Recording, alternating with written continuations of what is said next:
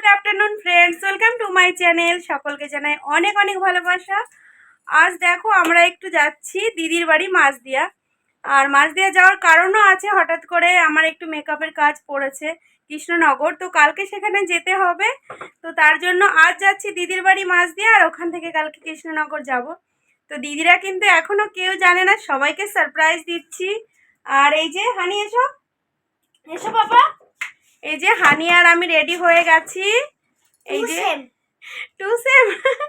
তো ওর পাপা ভোটে ডিউটি, হ্যাঁ হ্যাঁ হ্যাঁ সেম টু সেম। আচ্ছা, ওর পাপা ভোটে ডিউটিতে গেছে আবার, নয়তো ওর পাপাও আমাদের সঙ্গেই থাকতো। তো দেখো আমি একটা ওয়ান পিস পরে নিয়েছি, হানিকে এই যে আমি টু পিস পরেছি, ও টু পিস পরেছে। যাই হোক, দেখেছো কত পাকা। তো আমরা উবের বাইক করে যাব, ওর পাপা মানে বুক করে দিয়েছে, তো চলেও এসেছে গাড়ি। তো চলো, আর আমি হানিকে নিয়ে একাই যাচ্ছি, সমস্তটা শেয়ার করতে পারবো না, যতটুকু পারবো তোমাদের সমস্তটাই মানে দেখানোর চেষ্টা করব। তো চলো, এই যে একটা ব্যাগ নিয়ে নিয়েছি, বেশি না, এই যে দেখো, আর এটা নিয়ে নিয়েছি, আর হানিকে এইটুকুই, মানে কিছুই নিইনি জানো তো, তবুও একটা ব্যাগ মানে না হলে না, তো হবেই আর কি, সেটাই মেয়েদের জিনিস বলে কথা। তো চলো ঝটপট যাওয়া যাক। চল বাবা, চলো চলো চলো চলো চলো। ঘরটার এই একটু টুকটাক গুছিয়ে রেখে গেলাম আর কি।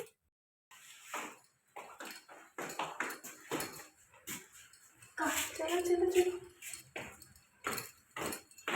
উবের বাইক করে যাচ্ছি। যখন তুমি কোনো কাজ করতে চাইবে, দেখবে তোমাকে সবাই উৎসাহ দেওয়ার বদলে তোমার মনটাই কিন্তু ভেঙে চুরমার করে দেবে। তো তুমি সেই সমস্ত লোকদের কথা না শুনে একদম নিজের লক্ষ্যে এগিয়ে চলো, দেখবে জীবনে সাকসেস অবশ্যই আসবে। তো আমার জীবনের অভিজ্ঞতাটাও এই রকমই। আমি কিন্তু স্কুল লাইফে বেশ ভালোই পড়াশোনায় ছিলাম, 5-এর মধ্যে একজনা হতাম। মানে মাধ্যমিক থেকে শুরু করে MA BEd পর্যন্ত সমস্তটাতেই আমি first division, high first division, মানে স্টারও পেয়েছি। তো যাই হোক, এই সমস্ত কথা বলে আর কোনো লাভ নেই। মানে তোমরা বুঝতেই পারছো, কেউ একদম খারাপ হলে এতটা ভালো রেজাল্ট হয় না তার। তো আমার ভাগ্যটা এতটাই মানে খারাপ সেদিক থেকে, যে 2016 সালে আমার SSCতে আর হলো না। যাই হোক, মনটা খুব ভেঙে চুরমার হয়ে গেছিলো, একেবারে ভেঙে পড়েছিলাম। সেই সময় কিন্তু আমার পাশে ছিল আমার বর। হ্যাঁ, ও আমাকে সব সময় উৎসাহ যোগায় সমস্ত কাজের ক্ষেত্রে, মানে বলে যে একটা হয়নি তো কী হয়েছে, তুমি অন্যটা চেষ্টা করবে। তো যাই হোক, পড়াশোনার লাইনটা একদমই মানে ছেড়ে দিয়ে আমি এখন একটা নতুন জীবন শুরু করেছি, যেটা আমার মনের একটা সুপ্ত মানে আশা ছিল। যখন আমি যাদবপুর ইউনিভার্সিটিতে পড়াশোনা করতাম, তখনই ভাবতাম আমার একটা পার্লার হবে, আমি একজন বড় মেকআপ আর্টিস্ট হব, মানে এই সমস্ত স্বপ্নগুলো দেখতাম। তো সেই স্বপ্নগুলো আস্তে আস্তে বাস্তবায়িত হচ্ছে, সম্পূর্ণটাই আমার বরের উৎসাহে কিন্তু হচ্ছে। হ্যাঁ জানি সবার বরই খুব ভালো হয়, তবুও কেমন যেন মনে হয় আমার বর কিন্তু লাখে না কোটিতে একজন। ওর ভালোবাসা, ওর অনুভূতি, মানে ওর আপ্যায়নগুলো এতটা মানে আমি দেখি আর ভাবি যে একটা ছেলের মধ্যে কি করে এগুলো হতে পারে। যাই হোক, আমি অনেক জনমের তপস্যা করেছিলাম বা ভাগ্য করেছিলাম, যেটাই বলো।